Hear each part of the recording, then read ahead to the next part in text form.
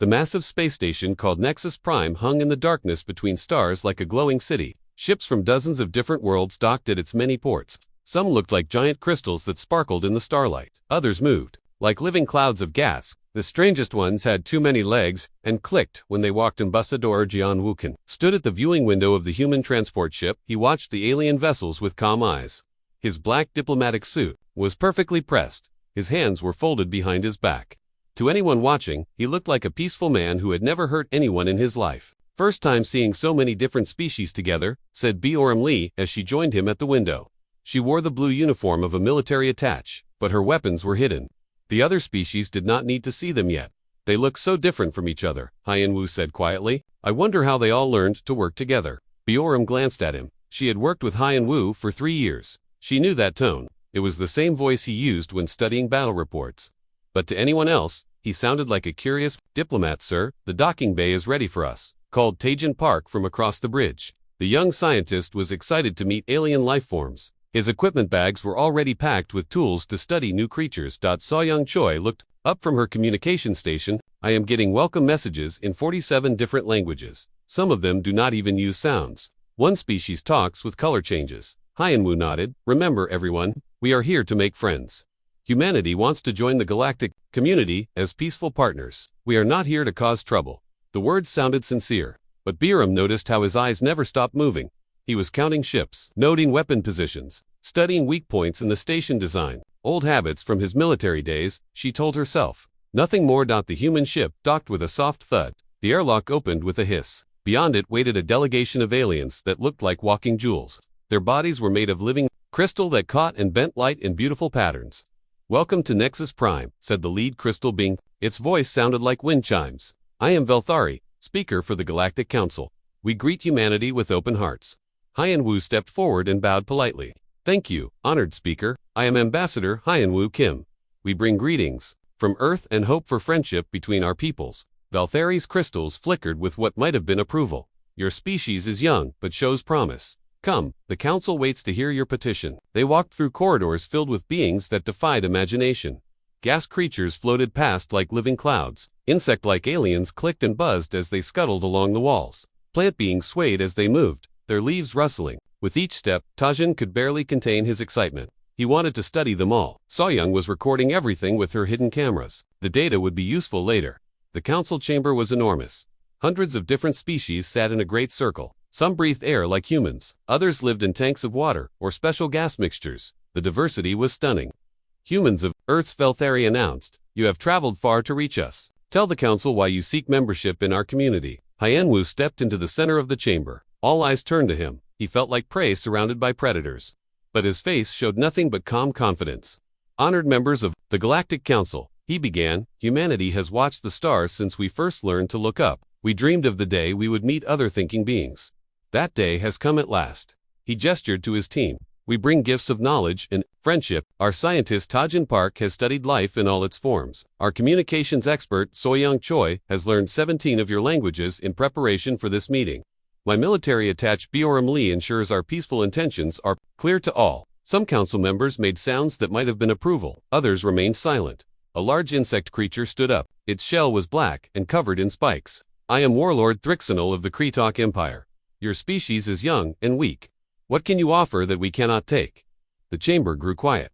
This was clearly a test. Bioram's hand moved slightly toward her hidden weapon, but Hyan Wu remained calm. "Honored Warlord," Hyan Wu said with a smile, "we offer what cannot be taken by force. Knowledge freely given is worth more than knowledge stolen.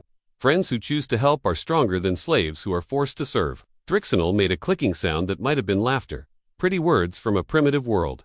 "Your planet has no great cities visible from space. No mighty fleets patrol your borders. You are children playing at being adults." Other council members shifted uncomfortably.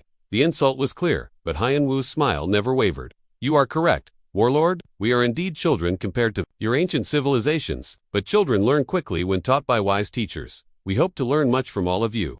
The response surprised many council members. Most species would have responded with anger to such an insult. Instead, the human had turned it into a compliment. A being made of swirling gas spoke next. Its voice was like wind through leaves. "I am Fluxstain of the Norfi Collective. Your world is far from major trade routes. Your technology appears primitive. What benefit would council membership bring you?" The greatest benefit, Hyan-Woo replied, would be the chance to contribute to galactic peace. Humanity has learned that cooperation achieves more than conflict. We wish to share that lesson. Bioram watched the council members carefully. Some seemed impressed by the diplomatic answers. Others looked bored. A few seemed suspicious. Good suspicion meant they were thinking. After hours of questions, Velthari called for a recess. The human delegation was escorted to guest quarters. Once alone, they could speak freely. Well, asked Taejin. How do you think it went? They think we are harmless, So-young said. Most of them barely see us as a threat. Perfect, said Bioram quietly. Hyan-Woo stood at the window again, looking out at the alien ships. They will offer us observer status. Nothing more. We are too primitive for full membership, and that bothers you. Taejin asked. Hyan-Woo was quiet for a long moment. When he spoke, his voice was very soft. No, it is exactly what we expected. They see what we want them to see. Bioram understood. The others would learn in time. Humanity had not come here to beg for acceptance. They had come to study potential prey. The next day, the council reconvened. As predicted, they offered humanity observer status. They could attend meetings but not vote on important matters. It was barely better than being ignored. Hyan-Woo accepted with gracious humility. He thanked the council for their wisdom and generosity. He promised that humanity would prove worthy of their trust. But Bioram noticed something the aliens missed. As Hyan-Woo gripped his datapad while giving his acceptance speech, his knuckles turned white from the pressure. For just a moment, she saw past the diplomatic mask. She saw the predator underneath. 3 months had passed since humanity received observer status in the Galactic Council. Ambassador Hyan-Woo Kim sat in the back row of the Great Chamber, taking notes like a good student. He never spoke unless asked a direct question. He never complained about being ignored. To everyone watching, he seemed perfectly content with his minor role. But Bioram Lee knew better. She saw how his pen pressed harder into the paper when the council made stupid decisions. She noticed how his jaw tightened when they wasted hours debating meaningless details. The diplomat was getting impatient, but he hid it well. Today was different though. Today brought news that made even the most arrogant council members pay attention. Velthari's crystal body flashed urgent red colors as she spoke. The Kretok raiders have struck again. The peaceful mining colony on Velthani Prime 7 is gone. 15,000 civilians are dead. The chamber erupted in angry voices. Some species demanded immediate action. Others called for more debate. The Norfi Collective suggested forming a committee to study the problem. As usual, nothing would get done quickly. Hyan-Woo listened to the arguing for 2 hours. Then he stood up quietly and waited. It took another 10 minutes before anyone noticed the human was trying to speak. Double quotes, yes. Observer Kim, Velthari said, her tone suggesting she was only being polite. Honored speaker, humanity would like to offer assistance to the Velthani people in this difficult time. Several council members made sounds that might have been laughter. Warlord Thrixonal clicked, his mandibles in amusement. What assistance could your primitive species possibly offer?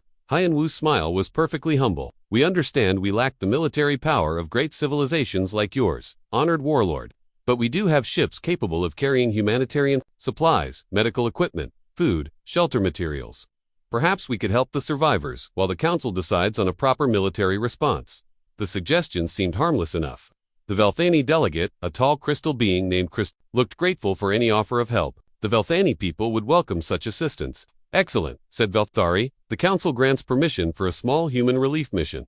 Observer Kim, how many ships do you require? 12 vessels should be sufficient for supply transport, plus a few escort ships for protection against space pirates. Thrixonal made another clicking sound. Escort ships. Your Twi'lek vessels would not last 5 minutes against real Kretok warships. You are quite right, honored warlord. We hope to avoid any direct confrontation. Our escorts are purely defensive.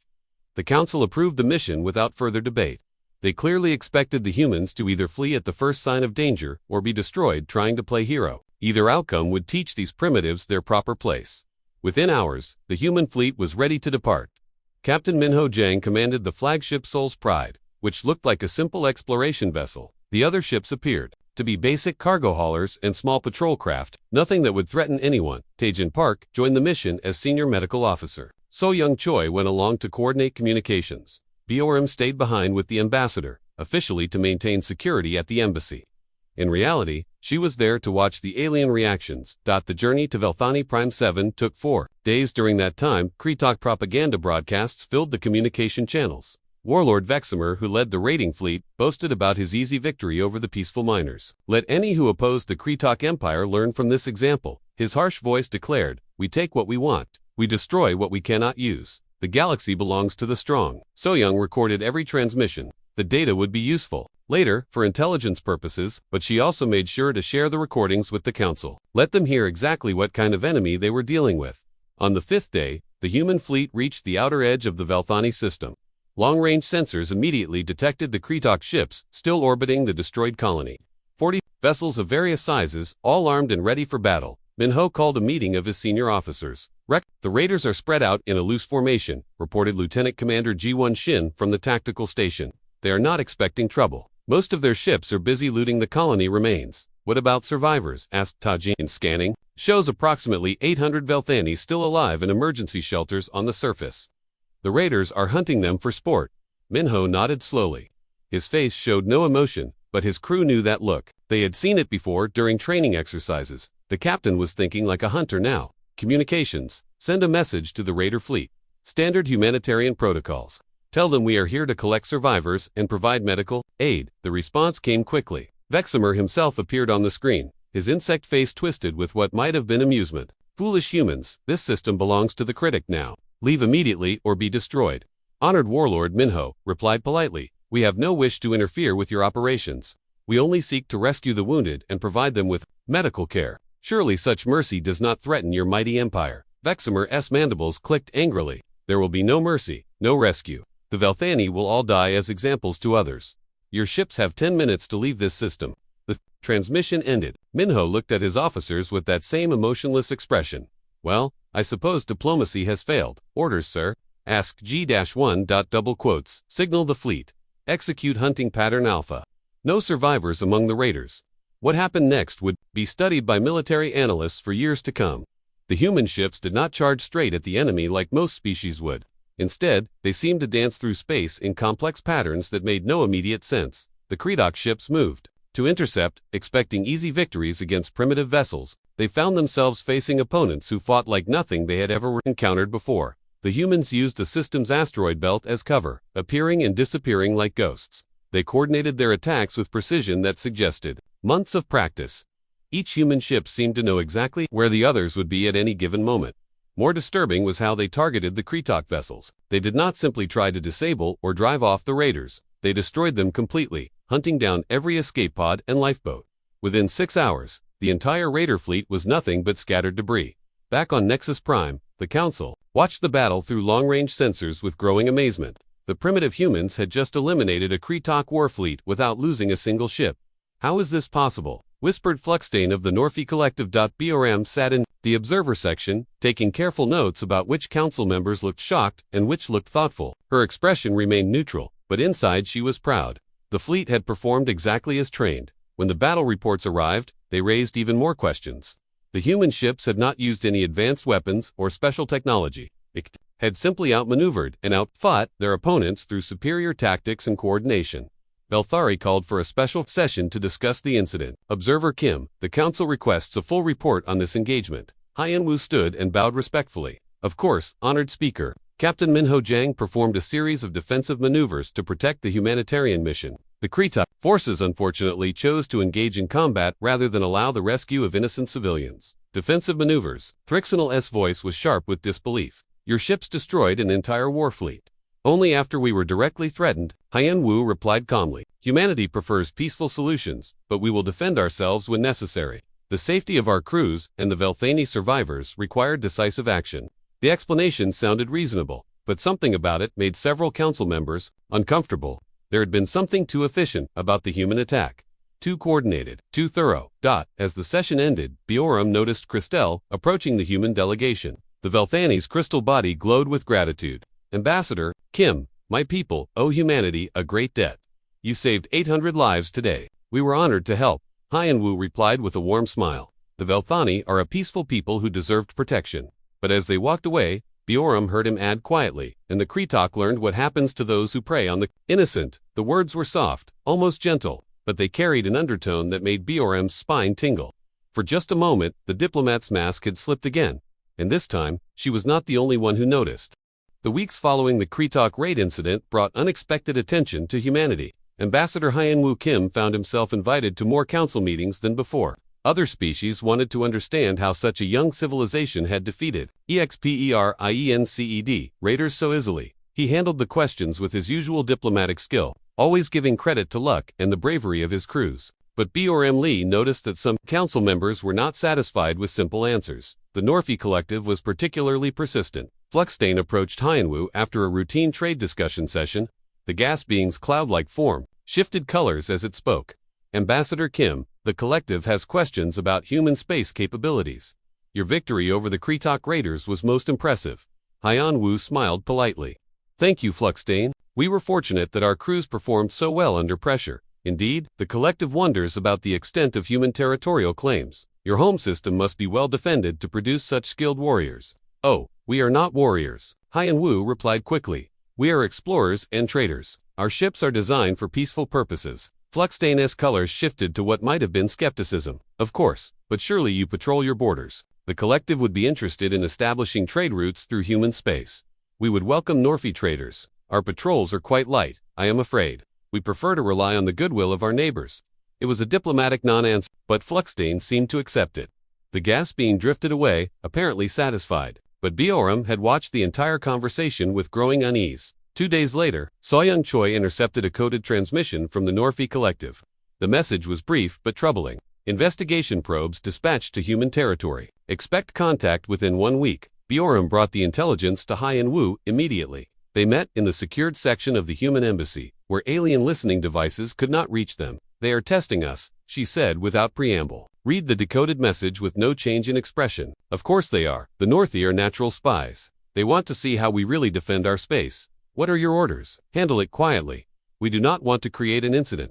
Bioram nodded and left to send encrypted instructions to Earth. Command. The Norphi probes would find exactly what they were looking for, and then they would disappear. 1 week later, Fluxstain attended a council session, looking distinctly uncomfortable. The gas being's usual confident demeanor was replaced by something that might have been nervousness.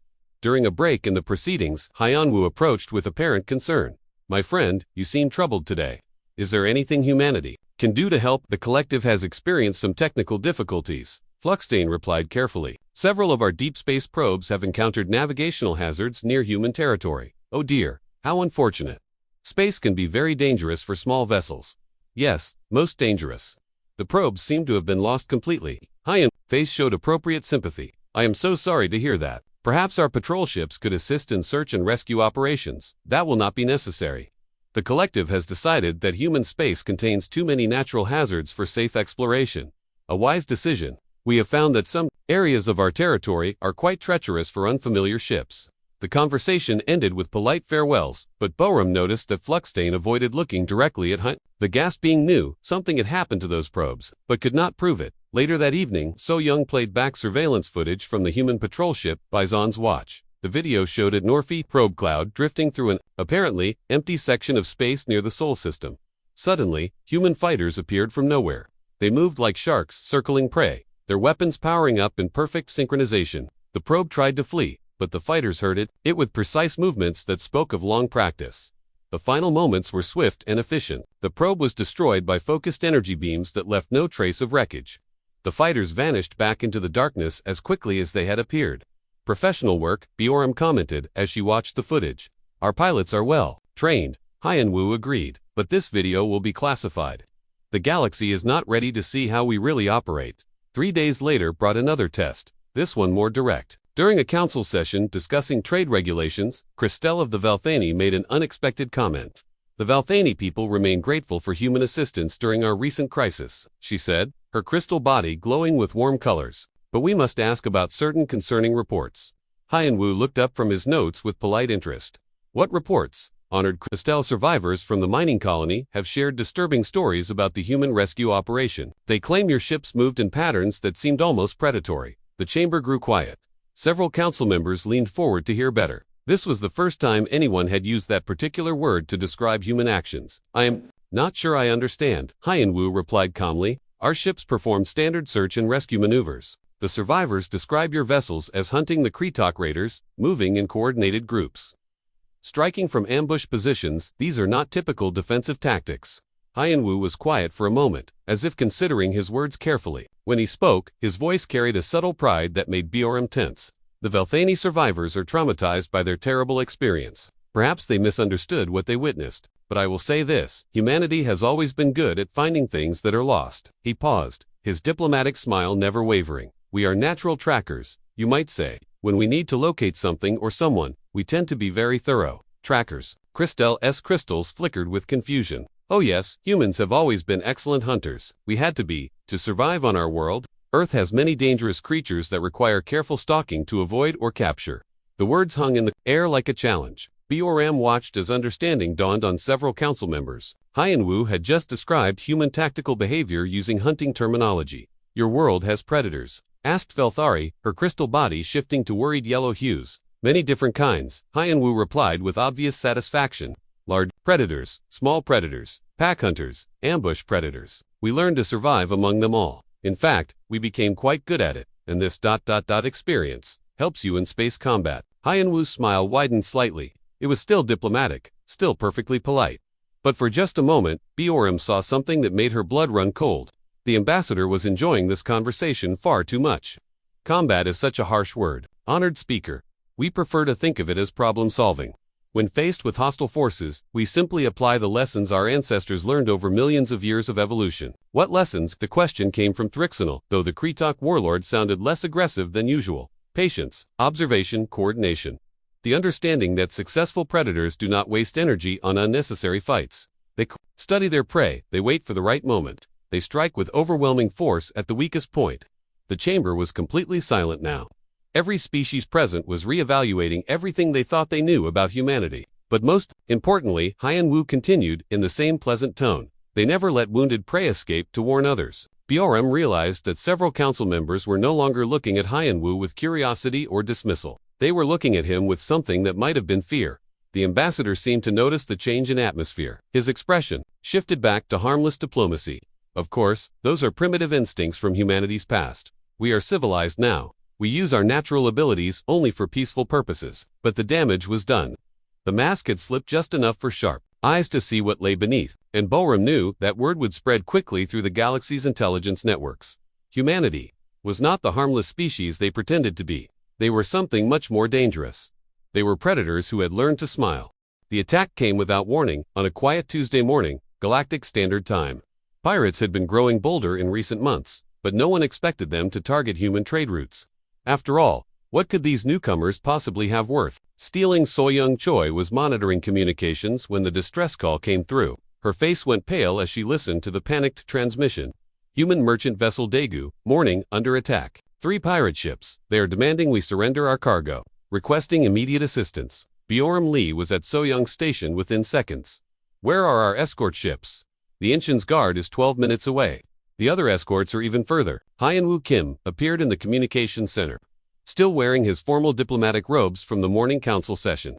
His expression was perfectly calm, but Bioram noticed his hands were already reaching for his personal communicator. Priority. Message to Admiral Yunji SEO, he said quietly. Authorization code 77 Alpha. Execute immediately. Bioram raised an eyebrow. Code 77 Alpha was not for diplomatic emergencies. It was a hunting authorization. The pirates were confident in their easy target. 3 well-armed raider ships against a single human merchant vessel should have been no contest at all. The human ship looked like a simple cargo hauler with minimal defensive systems. Surrender now, and we might let some of you live. The pirate captain broadcast on all channels. His species was unknown, but his voice carried the arrogance of someone used to easy victories. The response from the Daegu morning was unexpected. Instead of panic or attempts to negotiate, the human captain sounded almost bored. Negative on the surrender. We are carrying medical supplies for the Velthani colonies. Pirates will not steal medicine from sick children. Then you will die for your stupidity. The pirates opened fire, expecting to cripple the merchant ship quickly. But the Daegu morning did not behave like a helpless cargo vessel. It moved with sudden grace, dodging weapons fire that should have been unavoidable. More disturbing was what happened next. The human ship began transmitting what sounded like random static, but pirates who used military-grade sensors detected something else. Hidden in the noise, coordinates, movement patterns, target designations. The merchant ship was not calling for help. It was providing targeting data. The first pirate vessel exploded without warning. One moment it was closing for the kill. The next, it was expanding plasma and debris. The second, ship tried to flee, but found its path blocked by what appeared to be a civilian transport. Except the transport was moving like a warship and firing weapons that no civilian vessel should possess. The third pirate ship managed to send a brief distress signal before it too was destroyed. The message would reach other pirate groups within hours, but the content would puzzle them for days. They are not merchants. Repeat, they are not merchants. The humans are. The transmission ended in static. Back on Nexus Prime, the Galactic Council received reports of the incident within the hour. The official version was simple and clean. Human escort vessels had responded to a distress call and driven off pirates, attacking a medical supply convoy. But intelligence analysts from several species found troubling details in the sensor records. The human ships had not simply driven off the pirates, they had eliminated them completely, and they had done so with tactics that suggested extensive combat experience. The response time was impossible, reported Zixtel of the Kretok Empire during an emergency intelligence briefing. Human ships appeared from locations where long-range sensors detected nothing. Fluxstain of the Norfi Collective added disturbing observations. The attacking vessels moved in coordinated patterns similar to pack-hunting behaviors observed in primitive species. Pack-hunting Velthari's crystal body flickered with worried colors. A strategy used by predatory animals, explains Zixtel. Multiple attackers surround prey and strike from different angles simultaneously. It requires high levels of communication and tactical coordination. The implications were unsettling. If humans were using pack-hunting tactics in space combat, it suggested their peaceful merchant vessels were actually part of a much larger military network. Over the following weeks, more pirate attacks targeted human shipping. Each attack followed the same pattern. Pirates would detect what appeared to be a vulnerable human merchant ship. They would move to attack, then they would be swiftly and completely destroyed by human forces that seemed to appear from nowhere. The pirate attacks stopped after 6 incidents. Word had spread through the criminal underworld that human ships were not easy targets. In fact, they were not targets at all. They were traps. Admiral Yunji Seo arrived at Nexus Prime 3 days later, officially to thank the Council for their support of human merchant protection efforts. Her ship, the Guangzhou's Pride, docked at the station like any other diplomatic vessel, but sharp eyes noticed several things about the Admiral and her ship. The vessel was listed as a merchant escort, but its sensor profile suggested something much more powerful. The crew moved with military precision that spoke of extensive combat training, and Admiral Seo herself carried herself like someone who had never lost a battle. She met with Haiyan Wu in the human embassy, where their conversation could not be overheard by alien intelligence services. The message has been sent, she reported, quietly. Pirates now understand that human shipping is protected by more than luck and good intentions. Any problems with the operations? None. The merchant crews performed perfectly. The pirates never realized they were attacking bait ships, until it was too late. Haiyan Wu nodded with satisfaction. And our real merchant vessels, safe and untouched. The escort network is working exactly as designed. BORM listened to the discussion with growing understanding. The human merchant fleet was not a collection of independent traders hoping for protection. It was a carefully designed system of huntress and prey, with the pirates never realizing which was which until the trap closed. The Council suspects something, she warned. Of course they do, Haiyan Wu replied calmly. But suspicion is not proof, and we have been very careful to maintain our diplomatic image. Admiral Seo smiled, and BORM felt a chill. The expression was pleasant enough, but there was something predatory about it that reminded her of sharks circling wounded prey. Galaxy is learning an important lesson, the Admiral said softly. Humans protect what belongs to them, and we are very good at hunting those who threaten our pack. The next council session brought formal questions about human anti-piracy operations. Several species wanted to understand how such a young civilization had solved a problem that plagued the galaxy for centuries. Haiyan Wu's answers were models of diplomatic modesty. He gave credit to brave crews and fortunate timing. He emphasized humanity's commitment to protecting innocent civilians from criminal violence, but council members with military backgrounds noticed details that did not match the peaceful explanations. The human operations showed planning and coordination that required months of preparation. The tactical responses demonstrated combat experience that peaceful merchants should not possess. Most disturbing was the complete elimination of pirate forces. Other species typically tried to capture criminals for trial, or at least disable their ships to prevent future attacks. Humans simply destroyed their enemies so thoroughly that no evidence remained. Your crews show remarkable skill for civilian merchants, observed Warlord Thrixonal during the questioning session. Humans have always been good at protecting their families. Haiyan Wu replied with a warm smile. When innocent lives are threatened, we find reserves of courage we did not know we possessed. And the tactical coordination between your ships, necessity breeds innovation. Honored Warlord, our crews learned to work together because their survival depended on it. The answers sounded reasonable, but several council members exchanged glances that suggested they were not entirely convinced. After the session, BRM noticed Fluxstain and Zixtel having a quiet conversation in a corner of the chamber. She could not hear their words, but their body language suggested serious concern. That evening, encrypted messages passed between the intelligence services of major galactic powers. The content was similar across all communications. Humanity was not what it appeared to be. The peaceful merchants and diplomatic observers were something much more dangerous. They were predators who had learned to work as a pack, and the galaxy was beginning to realize that it might be their hunting ground. Yanwu, read the intelligence summaries with quiet satisfaction.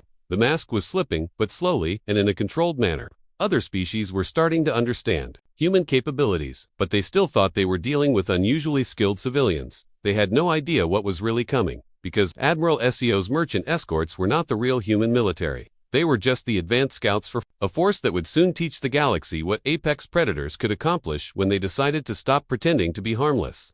The war declaration came during what should have been a routine council session. Warlord Veximer of the Kreatok Empire stood before the assembled delegates. His massive insect form radiating barely contained rage. The Kreatok Empire has endured enough humiliation from these primitive humans, he announced, his voice echoing through the great chamber. Their destruction of our raiding fleets was an act of war. We demand satisfaction. Ambassador Hyanwu. Kim looked up from his notes with apparent surprise. He had been sitting quietly in the observer section, taking notes like the humble diplomat everyone believed him to be. Honored warlord, he said politely, humanity has no desire for conflict. With your great empire, perhaps we could discuss this matter through proper diplomatic channels. Veximer's mandibles clicked with fury. There will be no discussion. The Kreatok Empire declares war on humanity. Your pathetic species will be crushed beneath our might. The chamber erupted in shocked voices. War declarations were rare in the modern galaxy. Most conflicts were settled through economic pressure or limited military actions. Full warfare between species was considered barbaric. Velthari called for order, her crystal body flashing urgent colors. Warlord Veximer, the council urges both parties to seek peaceful resolution. War benefits no one. Peace benefits the weak. Veximer snarled. The strong take what they desire. Humanity will learn this lesson in blood and fire. Hyanwu stood slowly, his diplomatic smile still in place. But Bioram Lee noticed something different about his posture. The humble observer was gone. In his place stood someone who looked very much like a predator that had finally been given permission to hunt. The Kreatok Empire forces this conflict upon us, Hyanwu said, his voice carrying to every corner of the chamber. Humanity accepts your declaration of war. The simple words sent a chill through the assembled delegates. There had been something in the human's tone that suggested he was not as concerned about the outcome as he should be. You accept? Veximer seemed surprised by the quick response. Most species would have begged for more time to prepare. Of course, if the mighty Kreatok Empire requires a demonstration of human resolve, we will provide one. Bioram had to admire Hyanwu's performance. To the watching aliens, he appeared to be a brave but doomed diplomat accepting an impossible challenge. But she could see the predator hiding behind the diplomatic mask. The session ended with formal procedures for declaring a state of war. Both sides would have 72 hours to evacuate non-combatants from potential conflict zones. After that, hostilities could begin officially. As the delegates filed out, many approached Hyanwu with expressions of sympathy. Several offered to mediate the conflict or provide humanitarian aid for human refugees. Thank you for your concern. Hyanwu replied to each offer with gracious humility. Humanity will face this challenge with dignity, whatever the outcome. But, privately, he was already in contact with Earth Command. The real preparations had begun months ago when intelligence first indicated the Kreatok were planning something ambitious. Fleet Admiral Dong Hyan Quan appeared on the secure communication screen in the human embassy. Behind him, tactical displays showed ship positions and battle preparations that made Bioram smile with fierce pride. Status report, Admiral, all assets are in position. Ambassador, the Kreatok fleet is massing in the Zarian system, as predicted. They have 230 vessels of various classes. Our force 67 ships, but the odds are more favorable than they appear. Hyanwu nodded. Rules of engagement, standard pack protocol. No survivors among military targets. We want their entire command structure eliminated in the first engagement. The orders were delivered in the same calm tone Hyanwu used for diplomatic negotiations. But the content would have horrified most civilized species. Humans were not planning to defeat the Kreatok fleet, they were planning to exterminate it. Across the galaxy, news of the war declaration spread rapidly. Most species expected a short conflict ending in human surrender or extinction. The Kreatok Empire was one of the oldest military powers in known space. Their fleets had conquered dozens of worlds over the centuries. Humanity had been in space for less than a century. They had no major military victories to their name. Their technology was primitive compared to the great galactic powers. Logic suggested the outcome was predetermined, but some intelligence analysts noticed troubling details in the human response. Instead of desperately preparing defenses or seeking allies, human ships were moving into what appeared to be offensive positions. Their deployment patterns suggested they were planning to attack rather than defend. "It makes no sense," reported Fluxdane to the Norfi collective leadership.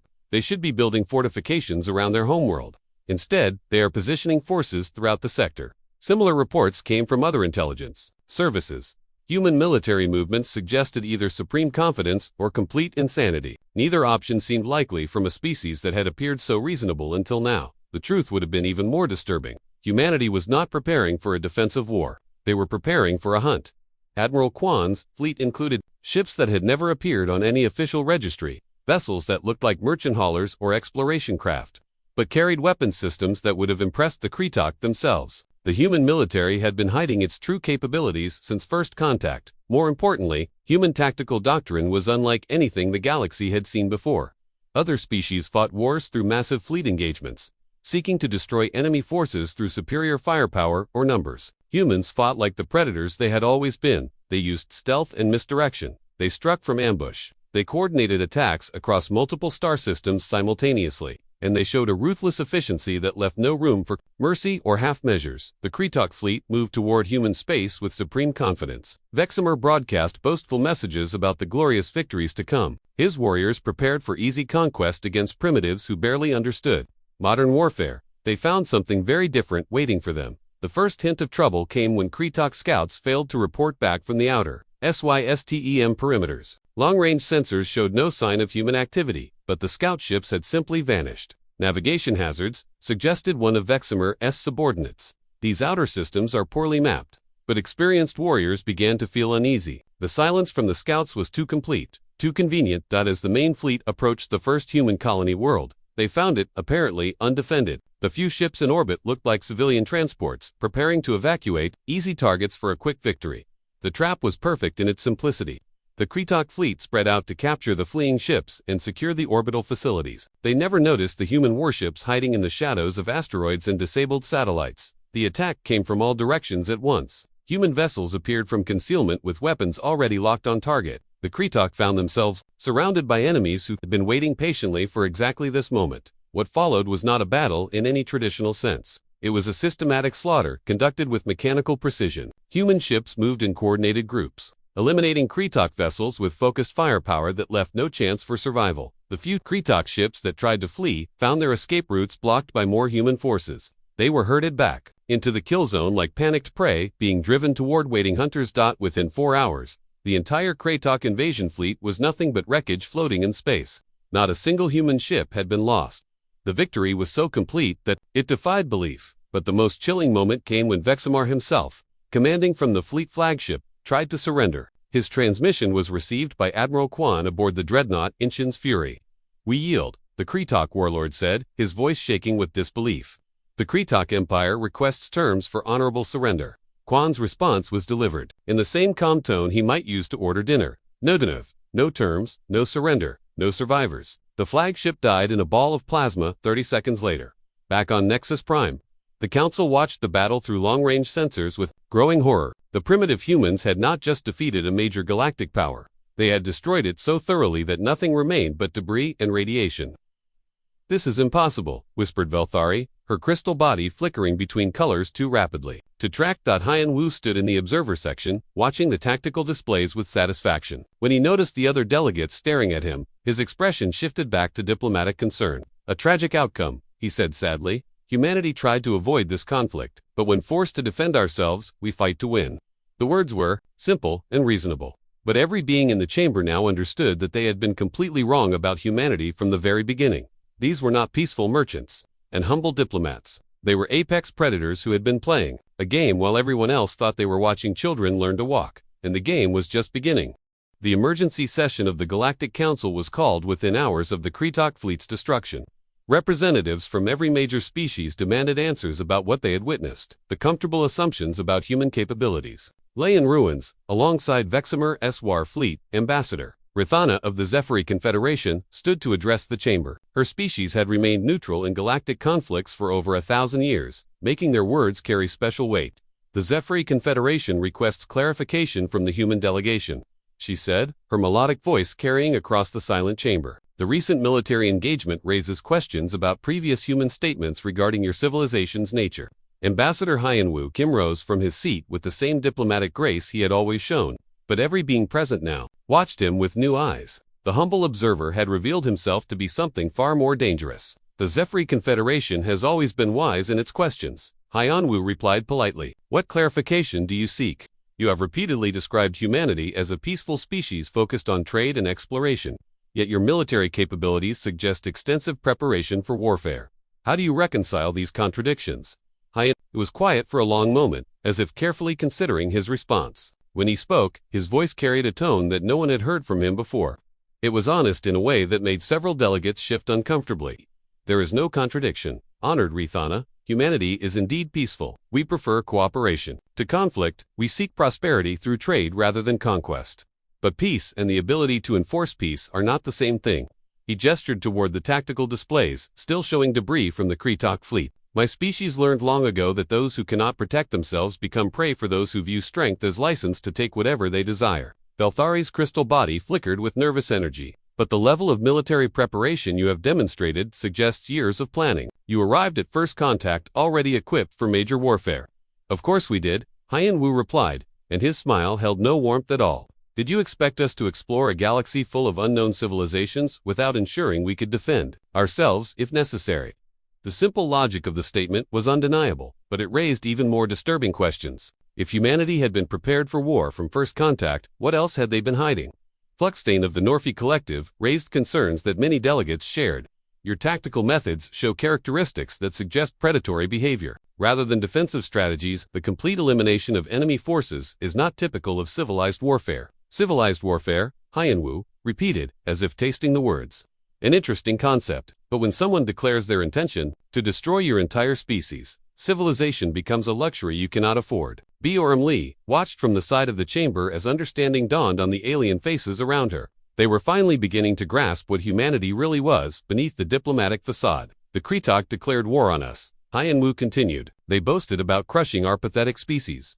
They spoke of blood and fire and conquest. We simply gave them exactly the war they demanded. But total annihilation. Rithana's voice carried a note of horror. Surely some mercy could have been shown to surrendering forces. Hyenwoo's expression became genuinely puzzled. Mercy, they came to our space to commit genocide. They would have killed every human they could find, including our children. Why would we show mercy to creatures that intended to exterminate us? The logic was brutal but unassailable, and it revealed something about human thinking that terrified the assembled delegates. Humans did not see war as a political tool or a means of gaining advantage. They saw it as a life-or-death struggle where only complete victory was acceptable. Xenobiologist Jehun Yang entered the chamber with a collection of data files and recording equipment. Hyenwoo had called for him to provide scientific context for humanity's behavior. Honored delegates, Jehun began, setting up a holographic display system. Ambassador Kim has asked me to explain the evolutionary background of human behavioral patterns. I believe this information will help you understand our recent actions. The presentation that followed would be discussed in xenobiology classes for generations to come. Jehun methodically described Earth's ecosystem with clinical precision, but the details painted a picture of almost unimaginable violence. Earth is what we classify as a hyperpure evolutionary environment. He explained as images of Earth's predators filled the display. Life on our world developed under constant threat from multiple apex predator species. The images showed creatures that made the assembled aliens recoil in instinctive fear. Massive predators with teeth like swords, pack hunters that coordinated attacks with terrifying intelligence, solitary killers that could remain hidden for hours before striking. Humanity's ancestors survived by developing superior intelligence, tool use, and most importantly, pack coordination that exceeded even the most sophisticated predator species. Soyoung Choi activated the next set of recordings, showing human children at play, but what had seemed innocent before now appeared sinister to the watching delegates. Human children naturally develop tactical thinking through games that simulate hunting and warfare. Jehun continued.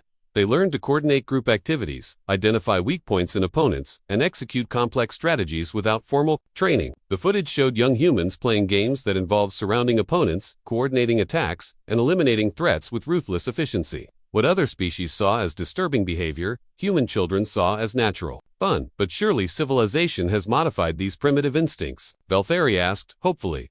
Not modified, Jehun corrected, refined. Human civilization developed not to suppress our predatory nature, but to make it more efficient.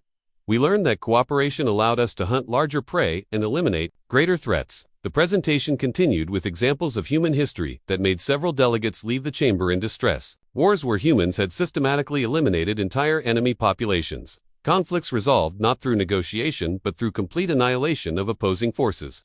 The pattern is consistent throughout human development. Ji-hoon noted, when faced with existential threats, humans do not seek compromise or partial victory. They seek the complete elimination of the threat through coordinated pack behavior.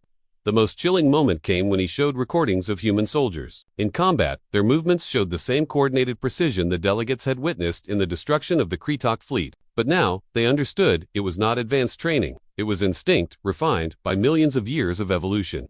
This explains the tactical efficiency you demonstrated against the Kretok, Rathana said quietly. You were not fighting a war. You were hunting. Exactly, Hyen-woo confirmed, without hesitation. The Kretok made themselves our prey when they threatened human survival. We responded as our species always has two existential threats. Warlord Thrixonal, the remaining Kretok representative, had been growing more agitated throughout the presentation.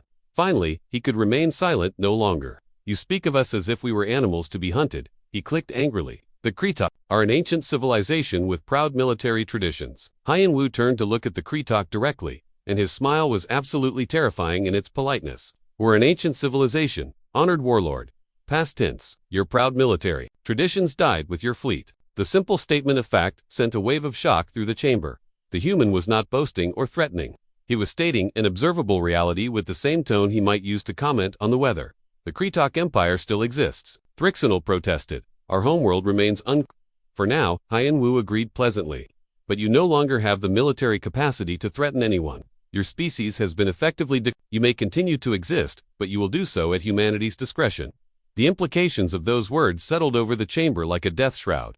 The humans had not simply won a battle. They had eliminated an entire galactic power as a threat, and they had done so with the casual efficiency of predators removing competition from their territory. What happens now? Belthari asked, her crystal body flickering with colors that suggested deep unease. Now, Hyen-woo replied, the galaxy continues as it always has.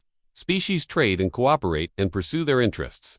But they do so with the understanding that humanity is no longer the harmless newcomer they initially believed us to be.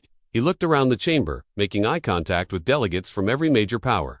We prefer peace and cooperation, but we are capable of enforcing that preference when necessary. The choice of how to interact with us belongs to each of you. The session ended with no formal resolutions or votes. There was nothing left to debate. The galaxy had received a lesson in the difference between appearing weak and actually being weak, and every species present understood that the balance of power had shifted permanently. As the delegates filed out, many avoided looking directly at the human delegation. But Bioram noticed that several were already activating personal communicators to contact their home governments. The message would be the same across the galaxy. Humanity was not what they had pretended to be. They were apex predators who had chosen to masquerade as diplomats. And now that the masquerade was over, everything would have to change. The vote was unanimous. For the first time in Galactic Council history, every single member species agreed on a major decision, without debate or delay.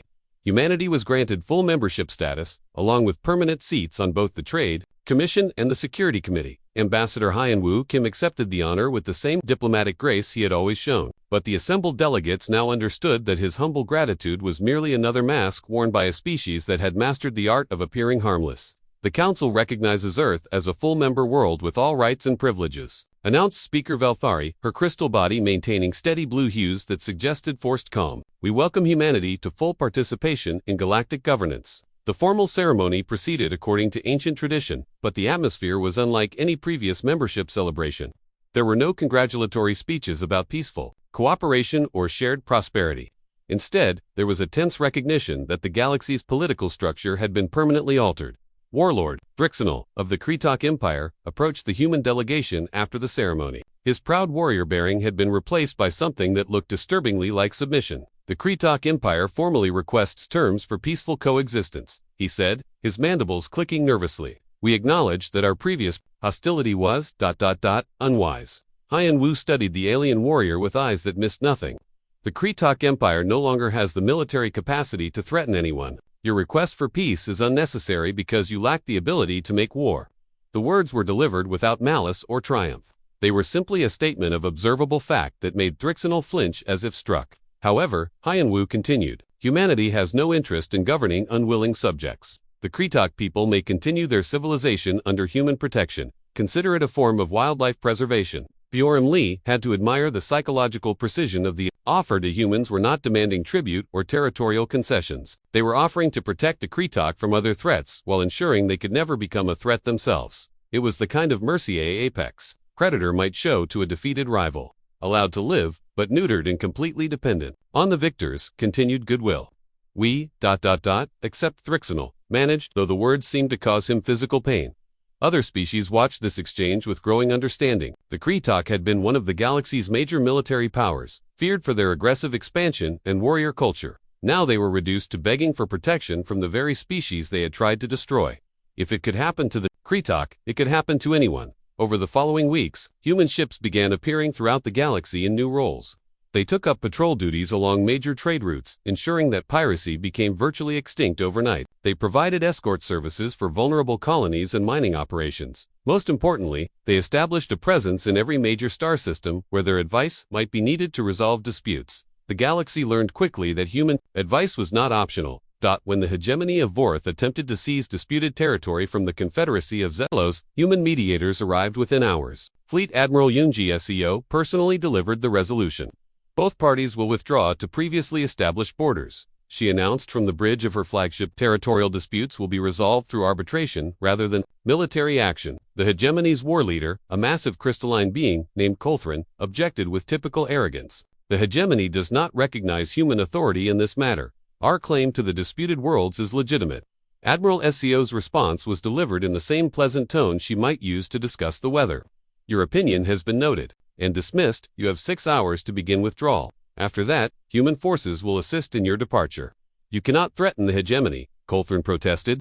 We have over 200 ships in this system. We are aware of your fleet composition, SEO replied calmly. Incidentally, you are surrounded. The tactical displays throughout the system suddenly lit up with new contacts. Human warships appeared from stealth positions throughout the disputed territory, revealing that they had been watching and waiting for exactly this confrontation. The hegemony forces found themselves outnumbered, outgunned, and completely outmaneuvered by an enemy that had anticipated their every move. Withdrawal begins immediately, Kolthrin announced, his voice shaking with barely controlled rage. Excellent decision, Admiral SEO approved. The Confederacy will compensate the hegemony for any legitimate investments in the disputed territory. Human auditors will determine fair market value. The conflict ended without a shot being fired. But the message was clear to every species watching. Humanity had appointed itself the galaxy's police force, and resistance was futile. Similar incidents occurred throughout known space as humans established their new role as galactic peacekeepers. They showed no favoritism based on species or previous relationships. They simply enforced their interpretation of reasonable behavior with overwhelming force backing their diplomatic suggestions. The most chilling aspect of human intervention was its efficiency. They never seemed surprised by conflicts or unprepared for resistance. Their forces always arrived at exactly the right time with exactly the right strength to ensure compliance. It suggested a level of intelligence gathering and strategic planning that made other species deeply uncomfortable. The humans were not simply reacting to events. They were controlling them. 3 months after the destruction of the Kretok fleet, the Galactic Council held its first major policy session under the new order. The agenda focused on trade regulations and territorial dispute resolution procedures, but everyone understood they were really discussing the terms of their surrender to human dominance. The new security protocols require all military movements to be reported to the Human Defense Coordination Center, announced Velthari, reading from a document that had been suggested by human advisors. Why should sovereign species report their military activities to humans? Demanded Rithana of the Zephyri Confederation. Though her voice lacked its usual confidence, Hyan Wu stood to respond, his diplomatic smile as warm and friendly as ever. The reporting requirement is simply to prevent misunderstandings that could lead to unfortunate conflicts. When military forces move without coordination, accidents can happen. Accidents like what happened to the Kretok fleet. The question came from Fluxstain, whose gas cloud form had taken on worried gray colors. Exactly like that, Hyan Wu confirmed, without hesitation. The Kretok fleet moved aggressively toward human space without proper communication. The result was a tragic misunderstanding that cost many lives. The redefinition of the Kretok's destruction as a misunderstanding sent chills through the chamber. But no one dared challenge the interpretation. Of course, Hyan Wu continued, species that maintain peaceful intentions have nothing to fear. From transparency, only those planning aggressive actions would object to keeping their neighbors informed. It was a perfect diplomatic trap.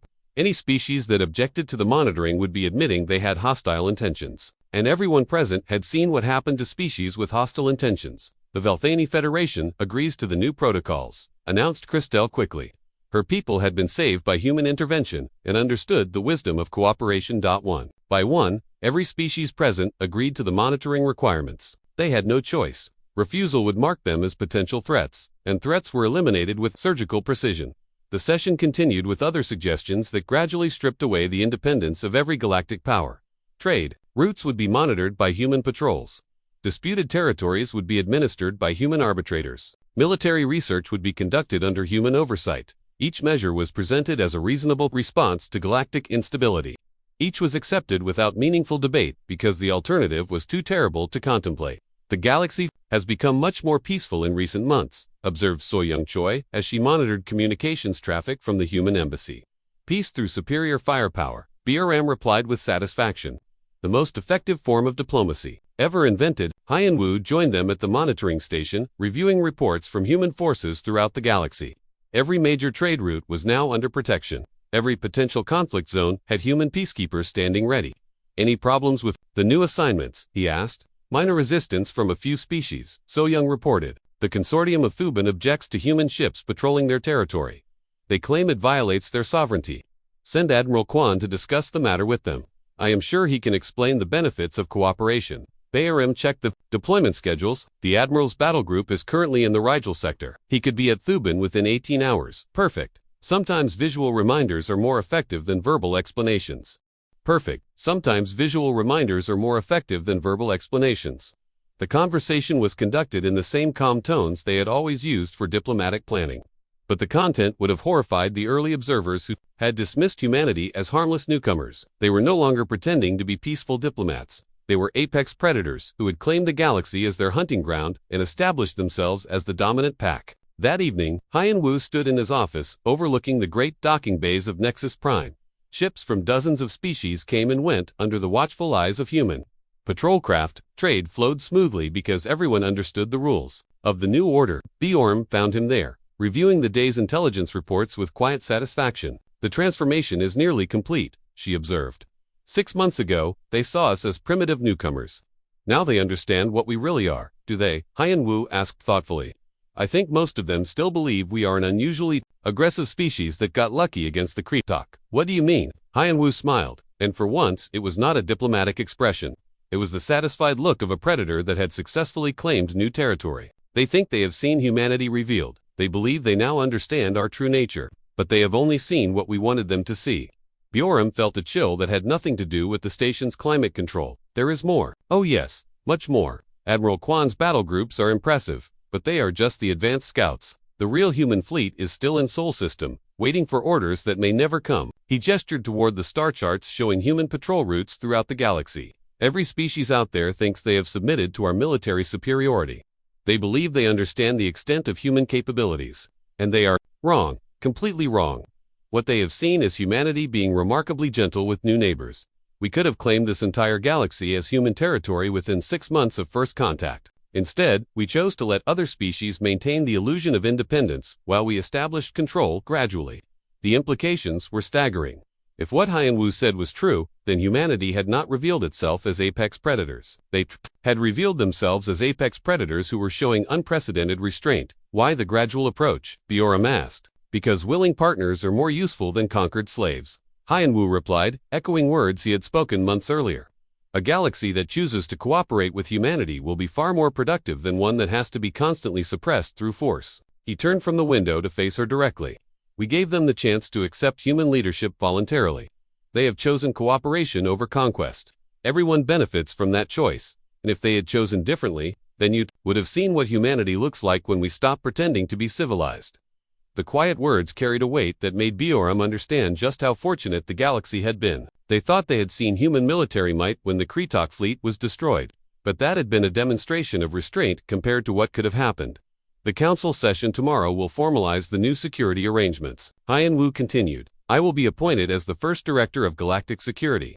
Human oversight will become the accepted norm rather than an emergency measure, and they will vote for this willingly, enthusiastically, because they understand that the alternative is far worse than accepting human protection. The next day's council session proceeded exactly as predicted. The motion to create a permanent, galactic security force under human leadership passed without a single dissenting vote. The transformation was complete.